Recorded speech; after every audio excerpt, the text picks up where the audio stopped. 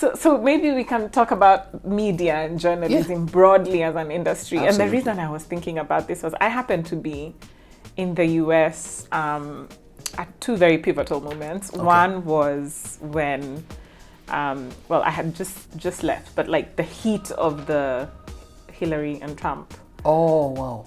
election. Okay. And just realizing how media was tailored basically based on whatever tunnel you were in. Yeah. You were fed certain Yeah. things. We made him president, actually. Yeah. And then now when the pandemic hit and George Floyd and like you literally, when you watch like CNN and Fox News in America, it's like you're in two different countries. Exactly. Yeah. And I was like, oh my goodness, I would hate for this to be the continent. And so my question for you is like, looking at the West and all the crazy that the West has been through in terms of what media has done in conditioning certain people to think certain ways and actually drive division. Yeah. How do you see kind of like the role of media and journalism on the continent to make sure that we don't end up there? Yeah. I think we've always joked about it, like how it's called, how they say we're going back to our regular scheduled programming, because it means programming people's minds to tell them exactly what you want to tell them. Like people have no idea what news is coming until it happens, right? Like we can plant something in your head and follow through with a series of stuff until it's done. Case in point, our elections, right? So something like that. So the question was about how we as Africans, like to be sure. Yeah. So there's a company called the Africa No Filter. They just did a report, I think like a month ago.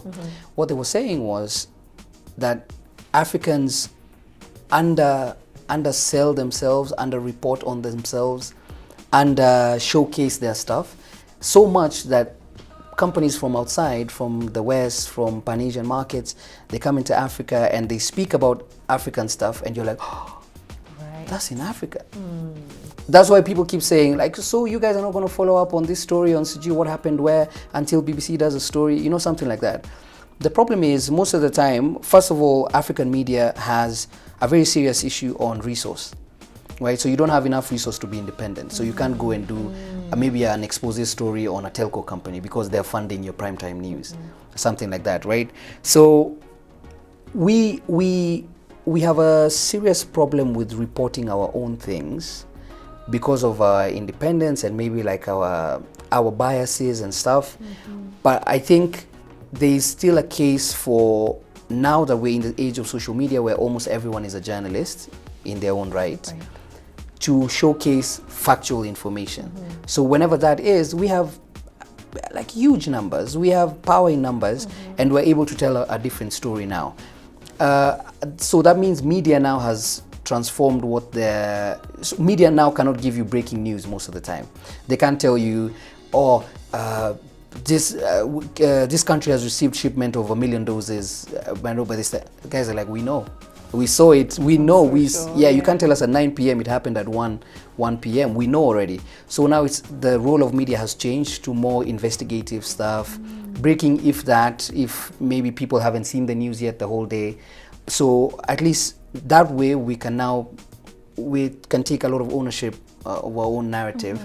But I can see the role of media as the years continue, it's slowly changing properly. Clearly, yeah. Actually, I hadn't even thought about the fact that most of the time by 9 p.m. the news is stale.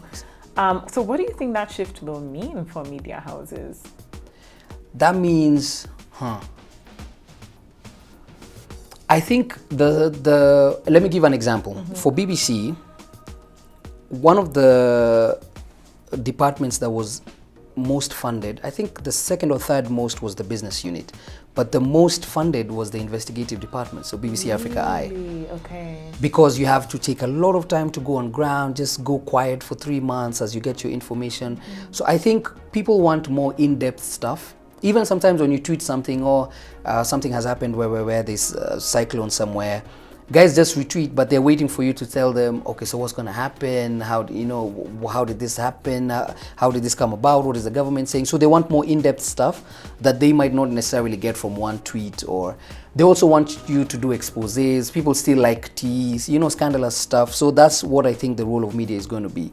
In-depth stuff that you can't get or can't Google, just like that. Yeah. Okay. Vice News just came to mind because that's Yeah, exactly Vice what they is do. exactly. Yeah. Vice is one proper example. Yeah. Okay. Wow.